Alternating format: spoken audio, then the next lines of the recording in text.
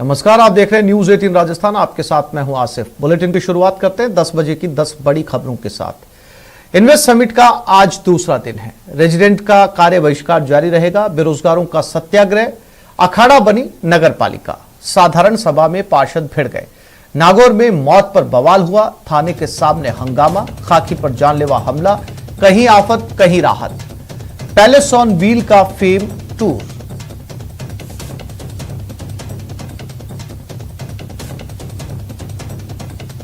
और आज की बड़ी खबरें जिन पर दिन भर नजर बनी रहेगी। इन्वेस्ट समिट का आज दूसरा दिन है। रेजिडेंट्स का काम का बहिष्कार जारी है। युवा बेरोजगारों की दांडी यात्रा अहमदाबाद पहुंच चुकी है। भरतपुर में सफाई कर्मियों की हड़ताल है और पैलेस ऑन व्हील का फेम टूर।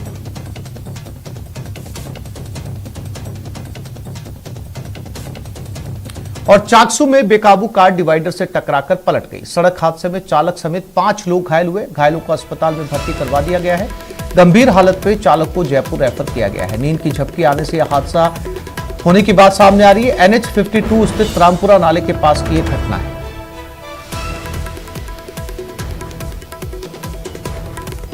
तो ये डिवाइडर से कार टकराई। 5 लोग इसमें सवार थे और 5 लोग इसमें घायल हो गए। मिली जानकारी के मुताबिक ड्राइवर को झपकी लग गई थी, यानी कि उसकी आंख लग गई थी और आंख लगने से उसे अंदाजा नहीं रहा। गाड़ी डिवाइडर से टकराई और टकराने के बाद में गाड़ी पलट गई। पलटने से 5 लोग घायल हो गए। NH 52 स्थित रामपुरा नाले के पास चाकसू की यह घटना है, जयपुर के पास। ये तस्वीरें। और हीरालाल हमारे साथ जुड़ गए। हीरालाल, क्या जानकारी? 5 घायलों की स्थिति कैसी है? क्या किसी ने पुलिस को कुछ बयान दिया? आसिफ, मैं आपको बता दूं कि मामला चाकसू थाना इलाके का है, जहां टोंक से एक बोलेरो सवार में करीबन आधा दर्जन लोग जयपुर की ओर जा रहे थे। जैसे ही चाकसू थाना इलाके के पास बोलेरो कार पहुंची तो बोलेरो कार अनियंत्रित होकर डिवाइडर से टकरा गई और पलट गई। हादसे में जो बोलेरो सवार जो चालक समेत 5 जने घायल हो गए। सूचना पर है जो पुलिस मौके पे पहुंची और सभी घायलों को राजकीय अस्पताल में भर्ती कराया, जहां से चालक की हालत गंभीर होने पर उसको जयपुर रेफर किया गया है। फिलहाल है जो पुलिस ने क्षतिग्रस्त वाहन को साइड में करवाकर और यातायात सुचारू करवा दिया है। बताया गया है कि चालक को नींद की झपकी आने की वजह से हादसा होने की बात सामने आई है। हीरालाल, जानकारी के लिए आपका धन्यवाद।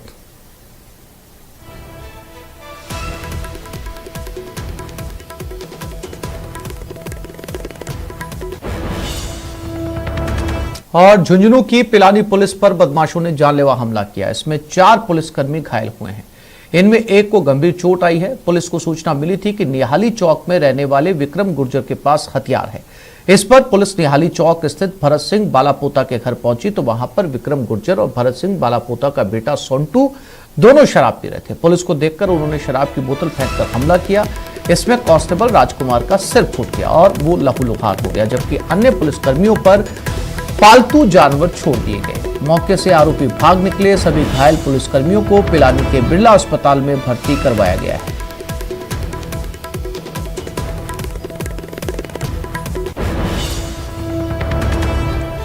तो ये पिलानी पुलिस थी। अवैध हथियारों की जानकारी मिली थी, पुलिस मौके पर पहुंची, लेकिन जो आरोपी थे जिनके पास अवैध हथियार थे उन्होंने उल्टा पुलिस पर हमला कर दिया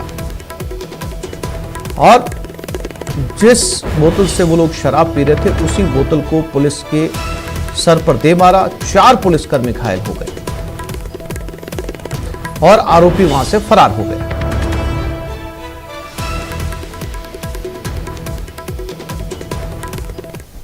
आज शाम को पिलानी कस्बा में न्याली चौक के पास में कोई एक विक्रम गुर्जर नाम के लड़के के पास हथियार की इत्तला पे थाने से जाप्ता मोटरसाइकिल पे 3 मोटरसाइकिलें लेके गया था जाप्ता। तो वहां पे जैसे पूछे तो एक लड़का भरत सिंह बालापोता का लड़का है सोन का, उसने बोतल मारी, सिर में बोतल मारी, जिससे हमारे राजकुमार कांस्टेबल के सिर में चोट आई। उसके बाद उसके परिजनों ने उनके घर पे एक बुल्ली कुत्ता है, डेंजरस कुत्ता है, वो खोल दिया और जिससे हमारे स्टाफ के 2-3 आदमियों को चोटें आई हैं।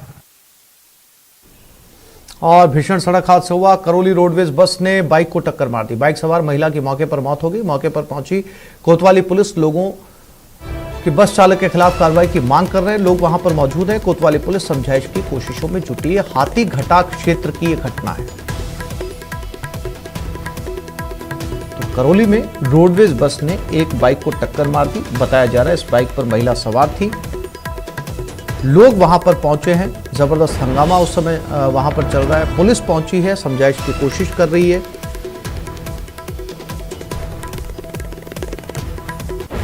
और ये सीसीटीवी फुटेज भी सामने आया है। ये तस्वीरें इस लाल घेरे में आप देख सकते हैं कैसे रोडवेज की बस ने टक्कर मारी। फिलहाल काफी लोग वहां पर मौजूद हैं। हाथीघटा क्षेत्र है करौली के पास, वहां की एक घटना है। धर्मेंद्र हमारे साथ जुड़ गए। धर्मेंद्र, फिलहाल क्या अपडेट मौके से? देखिए, आपसे बताना चाहूंगा पूरा का पूरा मामला NH23 स्थित हाथीघटा क्षेत्र का है, जहाँ एक बाइक सवार रामकेश अपनी पत्नी प्रियंका को लेकर तेज गांव की ओर जा रहा था। इस दौरान पीछे से आ रही रोडवेज ने उसे टक्कर मार दी, जिससे महिला की मौके पर ही मौत हो गई। मौके पर भारी संख्या में भीड़ जमा है।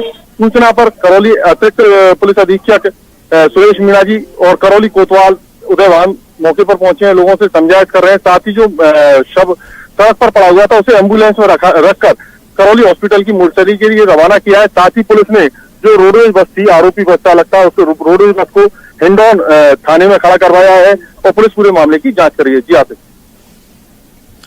धर्मेंद्र, ये जो सीसीटीवी फुटेज है इससे साफ तौर पर लग रहा है कि बिल्कुल एहतियात नहीं बरता रोडवेज बस ने, और सामने जो स्कूटी थी ऐसा लग रहा है कि बिल्कुल बचाने की कोशिश नहीं की और टक्कर मार दी।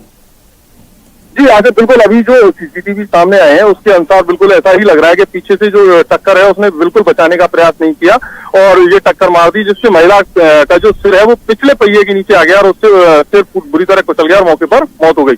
इस पूरे मामले को लेकर पुलिस का कहना है कि जल्दी जो पुलिस बस है उसको जब्त कर लिया है और जल्दी आरोपी को गिरफ्तार कर कार्रवाई की जाएगी। जी आप जानकारी के लिए आपका धन्यवाद धर्मेंद्र।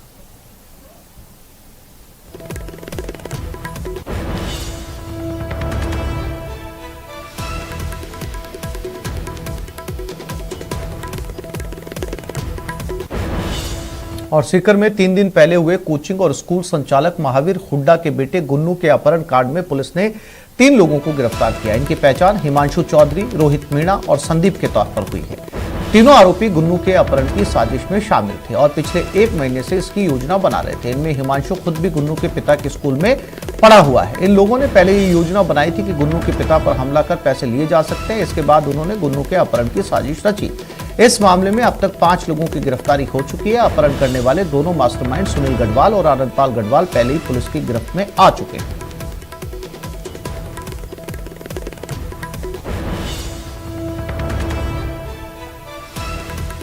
और 12 में भर कर एक मकान गिर गया। बारिश के चलते ये मकान गिरा। कच्चा मकान था। शहर के राजीव गांधी बस्ती की एक घटना है।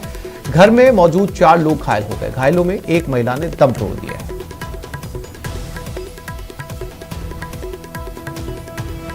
बारह में एक कच्चा मकान ढह गया। शहर के राजीव गांधी बस्ती की एक घटना। बताया ये जा रहा है कि इस मकान के ढहने से एक व्यक्ति की मौत हो गई। ये उस मकान के ढहने की तस्वीरें। काफी लोगों को चोटें भी आई हैं। उनको फर्स्ट एड दिया गया है। इसके अलावा एक व्यक्ति की मौत हो गई। घर में मौजूद 5 लोगों में 4 घायल हुए, एक की मौत हो गई।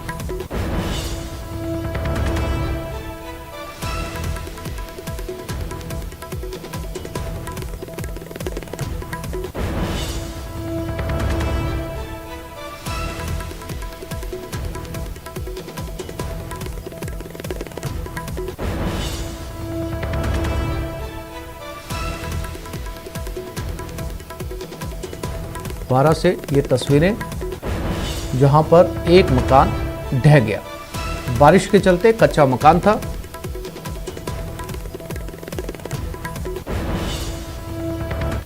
कोई ये मकान पानी आ रहा था, पीछे की दीवार गिर गई। दीवार गिरने से इसकी मिसेज की मौत होगी। 25 साल से इसी मकान में यही रह रहा है। क्या नाम है इसका? है काशीराम। इसके 2 बच्चे हैं, एक बच्ची है, 2 बच्ची पढ़ना चुकी है और गरीब आदमी है, इसके पास कुछ नहीं। 25 साल से मकान में यही रह रहा है। तो मकान ये इसकी सारी घटना के कारण सरकार से मेरा ये निवेदन है कि इसकी जितनी भी हो इतनी व्यवस्था करे और इसका जितना हो इतना सहयोग करे।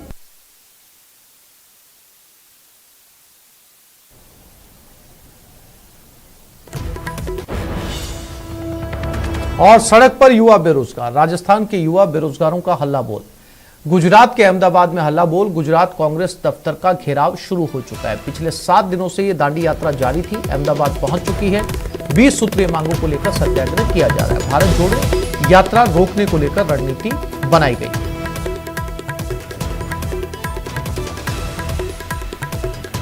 तो पिछले 7 दिनों से बेरोजगार एकीकृत महासंघ के अध्यक्ष उपेंद्र यादव के नेतृत्व में ये यात्रा राजस्थान से रवाना हुई थी। 7 दिनों तक 150 किलोमीटर का सड़क से सफर तय करते हुए ये यात्रा गुजरात के अहमदाबाद पहुंच गई है। अहमदाबाद में ये है कांग्रेस का दफ्तर। ये 1100 नौजवान हैं जो इस दफ्तर का घेराव करने पहुंचे हैं। 20 सूत्रीय मांगे हैं। यात्रा को नाम दिया गया दांडी यात्रा और बहुत सारे सिंबॉलिकल या प्रतीकात्मक गांधी भी इसमें साथ चल रहे हैं। लाठी के साथ जैसे गांधी ने दांडी यात्रा शुरू की थी, इसलिए सिंबॉलिकली ऐसे गांधी भी इस यात्रा में देखे जा सकते हैं। अब ये यात्रा अहमदाबाद दफ्तर के बाहर मौजूद है। ये 1100 नौजवान हैं और इनकी 20 सूत्रीय मांगे हैं। चूंकि इनका कहना है कि राजस्थान सरकार ने इनकी मांगों को सुना नहीं, इसलिए ये गुजरात पहुंचे, क्योंकि गुजरात में चुनाव है और ये गुजरात के युवाओं को बताएंगे कि राजस्थान सरकार ने उनके साथ क्या किया। साथ ही इनकी रणनीति का हिस्सा ये भी है कि जो भारत जोड़ो यात्रा यहां पर पहुंचेगी, उस यात्रा का भी घेराव किया जाए, उस यात्रा को रोका जाए। अहमदाबाद से तस्वीरें।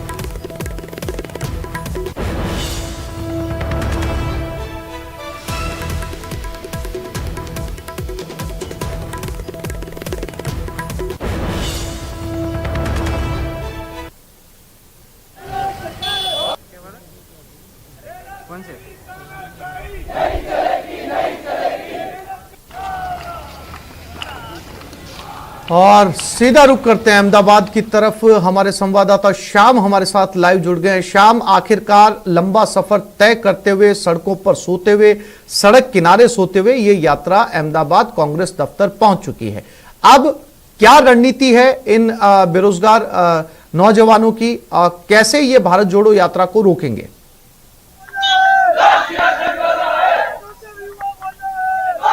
देखिए आसिफ, निश्चित तौर से आज 7वां दिन है दांडी यात्रा का, जो पालनपुर से रवाना हुई थी और आज कांग्रेस कार्यालय का है वो इन लोगों ने घेराव कर दिया। बड़ी संख्या में जो ये राजस्थान से आए हुए बेरोजगार थे, ये यहाँ पर हल्ला बोल दिया, यानी कि पीसीसी के बाहर प्रदर्शन किया जा रहा है। और उसके बाद आगे की रणनीति है वो भारत जोड़ो यात्रा को रोकने को लेकर। इसको लेकर आप साफ तौर से तस्वीरों में देख सकते हैं कि किस तरीके से राजस्थान के विभिन्न जिलों से आए हुए बेरोजगारों ने जो अहमदाबाद के पीसीसी कार्यालय के बाहर प्रदर्शन शुरू कर दिया। हमारे साथ इनके नेता है उपेंद्र जी। किस तरीके से 7 दिन का संघर्ष, अब भारत जोड़ो यात्रा को कैसे रोका जाएगा?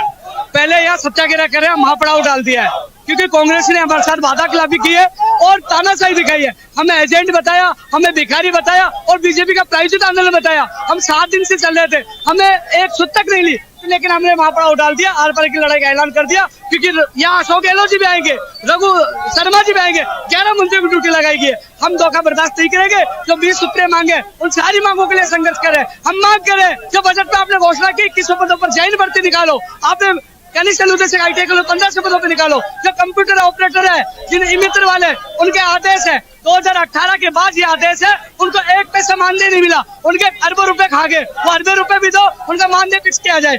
और इसके अलावा विशेष शिक्षकों के अधिक से अधिक पद निकाला जाए। और जो कंप्यूटर अनुदेशक भर्ती में 40% की बाध्यता में शिथिलता देकर 4000 पद भरे जाए, तमाम पद भरे जाए, लंबित भर्तियां पूरी की जाए, 1 लाख भर्तियों का वर्गीकरण जारी किया जाए। जो रेणुका पर लैब टेक्नीशियन, एसीजी, सीएचओ, तमाम चिकित्सा विभाग की भर्तियों की विज्ञप्ति जारी की जाए। प्रदेश के बेरोजगार को प्राथमिकता दी जाए, फर्जी डिग्री के लिए कानून लेकर आए, या बेरोजगार आयोग बना जाए। 20 सूत्रीय मांगों को लेकर हमारा आंदोलन जारी है और आर पार की लड़ाई का ऐलान कर दिया। अंतिम सांस तक हम लड़ाई। आज आपने जिस तरीके से पीसीसी का घेराव किया है, उसके बाद भारत जोड़ो यात्रा को लेकर किस तरीके की रणनीति? यदि वो इस सत्याग्रह की बात नहीं सुनते तो राहुल गांधी जी की भारत जोड़ो यात्रा भी रोकेंगे। हम रुकने वाले नहीं है।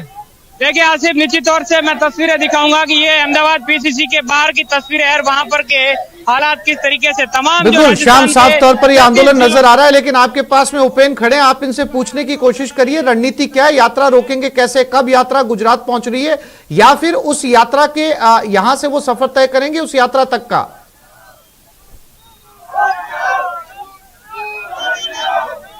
हाँ देखिए आसिफ, जिस तौर से भारत जोड़ो यात्रा को लेकर हमारे साथ उपेंद्र यादव, उनसे बात करते हैं। उपेंद्र जी, आप लोगों की क्या रणनीति है? आप लोग कैसे भारत जोड़ो यात्रा को रोकेंगे और आगे की जिस तरीके से वो भारत जोड़ो यात्रा गुजरात में कब प्रवेश कर रही है? आज हमने सत्याग्रह शुरू कर दिया है। मैं खुद 7 दिन से खाना नहीं खाया और हालात गंभीर है, लेकिन हम यहाँ से महापड़ाव नहीं उठाएंगे। पहले यहाँ सत्याग्रह जारी रहेगा, जहाँ हम न देंगे पीछे नहीं हटेंगे, और फिर भी नहीं सुनते तो राहुल गांधी की भारत जोड़ो यात्रा रोकेंगे। भारत जोड़ो यात्रा को किस तरीके से रोकेंगे? क्या रणनीति है? कब हो रहा है? गुजरात में आ रही है। हमारा सत्याग्रह यहाँ चलेगा, दूसरी टीम वो वहां जाएगी जहाँ राहुल गांधी जी है। हमारे ये इनका नेतृत्व मैं करूंगा और लड़के सीधा वहां जाएंगे भारत जोड़ो यात्रा में। दोनों तरह से आंदोलन होंगे, भारत जोड़ो यात्रा को भी रोकेंगे और यह सत्याग्रह भी चलेगा। अंतिम सांस तक हमारा संघर्ष चलेगा। पेपर लीक हो रहे, पेपरों को बेच दिया गया, समय पे भर्तियां नहीं निकाल रही, वेतन इनको मिल नहीं रहा ऑपरेटरों को, हालत गंभीर है। हम वाजिब मांगों की करें। आपने लखनऊ समझौता किया, वो मांगी पूरी होनी चाहिए। मंत्रियों को लिखित समझौता किया, वो पूरी होनी चाहिए। बजट की घोषणा पूरी होनी चाहिए। तो आप कह रहे 20 मांगे कहां से आएगी? आपने समझौता किया, लिखित समझौता किया, तमाम मांगे पूरी नहीं हो जाती जब तक हमारा सत्याग्रह और आंदोलन जारी रहेगा। देखिए आसिफ, जो जिस तरीके से ये जो राजस्थान के बेरोजगार है, इनका आक्रोश है साफ तौर से तस्वीरों में दिख सके। 7 दिन का लंबा संघर्ष था। 7 दिनों तक ये दांडी यात्रा पालनपुर से 2 अक्टूबर को रवाना हुई थी। आज कांग्रेस कार्यालय का घेराव कर दिया। हालांकि अभी तक कांग्रेस कार्यालय के अंदर कोई भी जो है पार्टी के पदाधिकारी नजर नहीं आ रहे हैं। हालांकि उसके बाद में आगे की क्या रणनीति, लेकिन सवेरे 9 बजे से यहाँ पर तमाम जो राजस्थान के बेरोजगार है उन्होंने हल्ला बोल दिया और अपनी 20 सूत्री मांगों को लेकर लगातार प्रदर्शन किया जा रहा है। इन लोगों ने साफ तौर से अल्टीमेटम दिया है कि अगर उनकी मांगों को लेकर राजस्थान गंभीरता नहीं दिखाता है तो आने वाले दिनों में भारत जोड़ो यात्रा को रोका जाएगा। आवाज मिल रही है। श्याम, उपेंद्र ने साफ तौर पर कहा कि अहमदाबाद के कांग्रेस दफ्तर में अशोक गहलोत भी पहुंचेंगे, रघु शर्मा भी पहुंचेंगे और उनका जो है यहां पर घेराव जारी रहेगा। 2 मोर्चों पर यह लड़ाई लड़ी जाएगी। अहमदाबाद का मोर्चा खुद उपेंद्र यादव संभालेंगे और जो है वो राहुल गांधी की यात्रा को रोकने के लिए दूसरा दल रवाना होगा जहां से उनकी यात्रा गुजरेगी, जैसी भी ये रणनीति बनाते हैं। अब सवाल यह है कि 7 दिनों का सफर तय करके ये यात्रा जो है अहमदाबाद पहुंच चुकी है और अहमदाबाद में कांग्रेस दफ्तर के आगे ये सारे नौजवान जमा हैं। लेकिन क्या अभी तक इनके पास में किसी प्रशासनिक नुमाइंदे का, किसी राजनेता का, किसी कैबिनेट मंत्री का या सीएमओ से कोई इनके साथ संवाद स्थापित करने की कोशिश की गई है?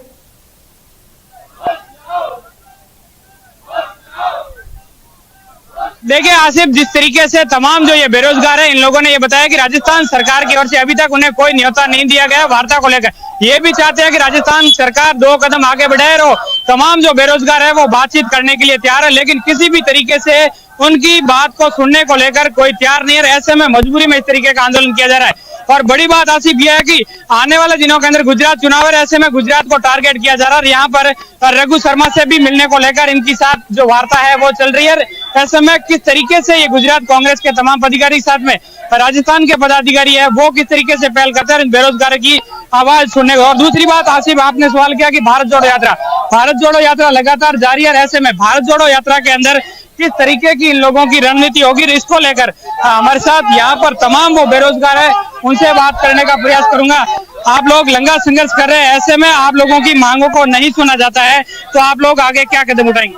हम आगे भारत यात्रा रोकेंगे राहुल गांधी जी की। शाम बने रहिएगा, अपडेट आपसे लेते रहेंगे। जो यात्रा अहमदाबाद पहुंच चुकी है और कांग्रेस दफ्तर का घेराव कर रही है, आगे की क्या रणनीति रहेगी पल पल की अपडेट लेते रहेंगे। फिलहाल शाम तमाम जानकारी के लिए और तस्वीरें दिखाने के लिए आपका धन्यवाद। और अजमेर खाई में बस गिर गई, हादसे में 9 लोग घायल हुए, घायलों को ब्यावर भेजा गया। NH 8 पर पीपलाज टोल के पास की घटना है, चालक की लापरवाही से यह हादसा हुआ बताया जा रहा है।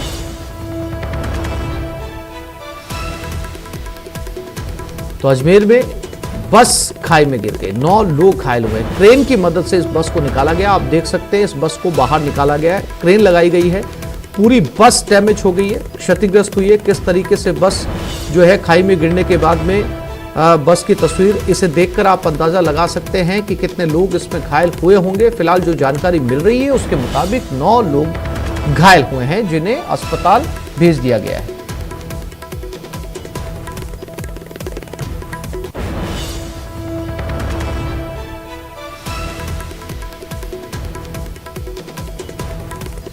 ये तस्वीरें अजमेर से, ये उसी सड़क किनारे खाई की तस्वीरें जहां से क्रेन की मदद से इस बस को बाहर निकाला गया है।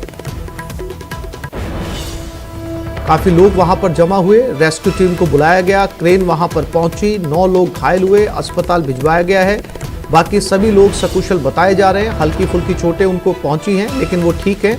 इसके अलावा जिन 9 लोगों को ज्यादा गंभीर चोटें आई हैं वो इस समय अस्पताल में अपना इलाज करवा रहे हैं। क्रेन की मदद से इस खाई से बस को बाहर निकाला गया। अभिजीत, कुछ जानकारी कैसे हुआ यह हादसा? देखिए आसिफ, सुबह करीब 6 बजे के आसपास का ये हादसा है। बताया जा रहा है कि जो वीडियो कोच बस का चालक था वो शायद नींद की झपकी में आ गया था, इस कारण से बस पर अपना संतुलन खो बैठा था और जयपुर से गुजरात की तरफ ये बस जा रही थी और पीपलास टोल से पहले ये हादसा हुआ है और बस जो है वो असंतुलित होकर सड़क किनारे जो खाई थी वहां पर गिर गई थी। इसमें करीब 9 यात्री जो है उनको चोटें पहुंची हैं, जिनका ब्यावर के अमृत कौर अस्पताल में उपचार जारी है। अच्छी बात यह है कि किसी के भी गंभीर चोट जो है वो नहीं लगी है और सभी जो 9 घायल हैं वो खतरे से बाहर बताए जा रहे हैं। मौके पर पुलिस और टोल कर्मी पहुंचकर क्रेन की मदद से बस को खाई से बाहर निकाला और पुलिस मौके पर पहुंच गई और मामले की जांच की जा रही है। अभिजीत, जानकारी के लिए आपका धन्यवाद।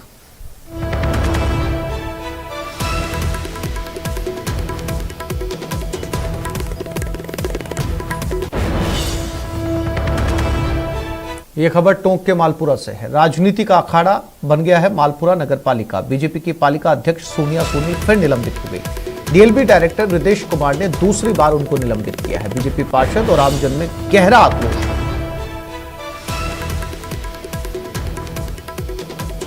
तो पालिका अध्यक्ष फिर निलंबित। राजनीति का अखाड़ा बनी मालपुरा नगर पालिका। बीजेपी की पालिका अध्यक्ष, जिनका नाम सोनिया सोनी है, एक बार पहले भी निलंबित हो चुकी थी और एक बार फिर निलंबित हुई है। डीएलबी डायरेक्टर हृदेश कुमार ने उन्हें दूसरी बार निलंबित किया है। अब इस एक्शन से बीजेपी पार्षद और वहां के स्थानीय लोगों के अंदर खासा गुस्सा बताया जा रहा है। ये वो चिट्ठी जिसमें सोनिया सोनी का निलंबन डीएलबी डायरेक्टर की तरफ से जारी किया गया है। दूसरी बार लगातार उन्हें सस्पेंड किया गया।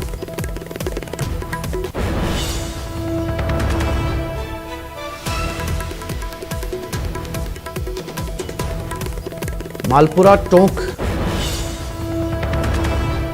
से ये खबर है, जहां पर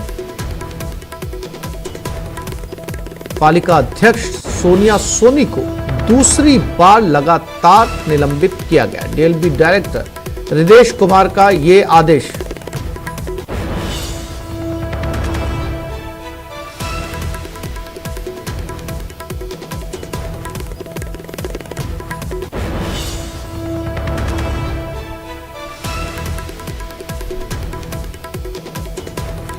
और अजमेर आयुर्वेद नर्स कंपाउंडर भर्ती 2021 नियुक्ति की मांग को लेकर अभ्यर्थियों का अनशन जारी है। पिछले 4 दिनों से अनशन जारी है। भर्ती में कई अभ्यर्थियों ने फर्जी डिप्लोमा लगाया था। इसके खिलाफ भी अभ्यर्थियों ने 1 महीने तक आंदोलन किया था। कोर्ट के दखल के बाद फर्जी डिप्लोमा वाले अभ्यर्थी बाहर हो गए। इसके बाद विभाग ने नियुक्ति प्रक्रिया शुरू कर दी थी, लेकिन कोर्ट का हवाला देकर फिर से प्रक्रिया रोक दी गई है।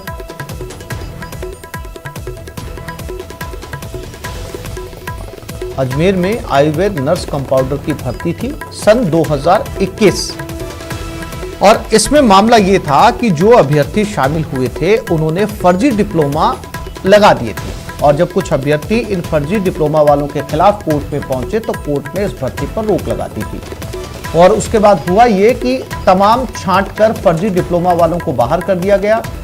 वो लोग बचे जिनके पास में ओरिजिनल डिप्लोमा था, लेकिन अब एक बार फिर से इस भर्ती पर रोक लग गई।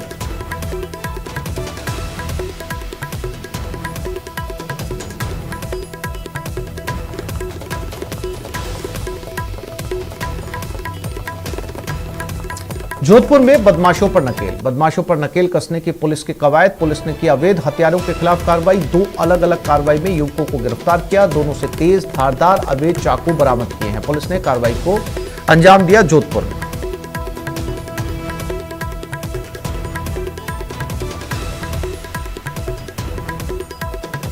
तो जोधपुर में बदमाशों पर यह नकेल कसी गई है। 2 अलग अलग कार्रवाई में